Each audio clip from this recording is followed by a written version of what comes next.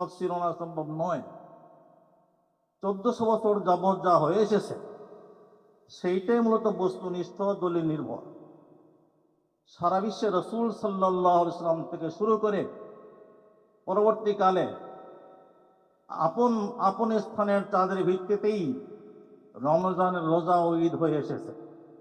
সাহাবায়ে কেরামের জামানাতেই ইসলাম আরব এলাকা অতিক্রম করে এশিয়ার বিস্তীর্ণ এলাকা এবং আফ্রিকায় পৌঁছে গেছে। তখন তো একদিনে রোজা এবং ঈদের কথা ওঠেনি, তখন আঞ্চলিক চাঁদের ভিত্তিতে আমল হয়েছে। যুগ যুগান্ত এভাবেই হয়ে এসেছে। ইখতিলাফ যেটা ছিল প্রবন্ধে কথা বলা হয়েছে, এটা আমরা ওদিকে হয়তো লক্ষ্য কম করেছি।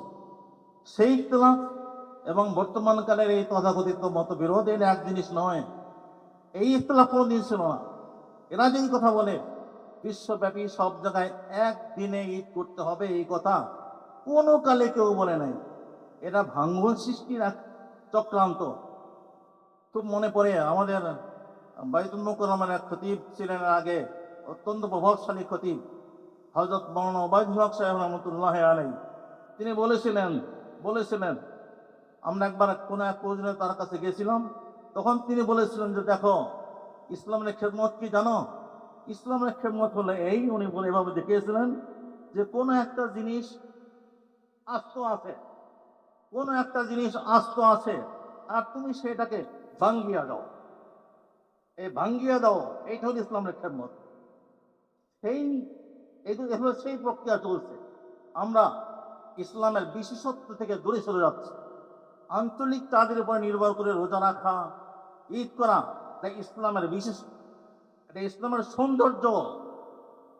নতুন নতুন কথা বলে বলে এদাসের দিনের ভিতরে বিদাস সৃষ্টি করে করে উম্মতকে তার ইসলামের যে বিশেষত্ব তার থেকে দিন দিন দূরে সরিয়ে নেওয়া হচ্ছে। এইটাও সেরকম এক কাজ। আমাদের এটা বুঝতে হবে। ওলামা একরাম যদি এই প্রবন্ধ ভালোভাবে পড়েন এবং এটা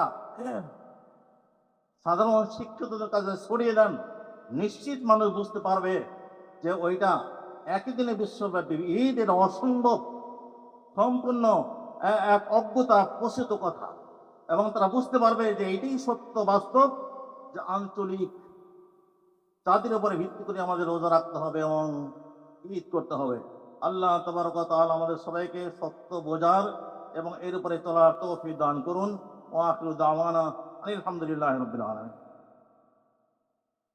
মাশাআল্লাহ, জাযাকাল্লাহ। আমরা একেবারে সর্বশেষ পর্যায়ে পৌঁছে গেছি। এখন আমাদের সামনে